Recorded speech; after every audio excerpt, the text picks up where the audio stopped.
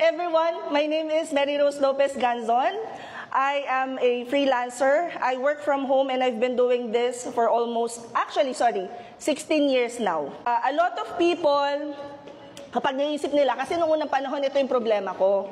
Nung kasing maglipat kami dito sa Lucena, nung sabi kong work from home kami, ayaw kaming paupahin. Akala yung work from home, yung mga nagsasayaw sa, huy! No! Yung, hindi, seryoso talaga. Babalikan ko talaga yung apartment na yun. Kasi ayaw ko paupahin kasi akala ganun yung trabaho ko. Yun yung talagang iniisip ng mga tao nun. Akala pag work from home, it's either hindi totoo, illegal, ganyan. Yun lagi ha. Networking, power, ganyan. Akala ganon. Hindi po. Meron po talagang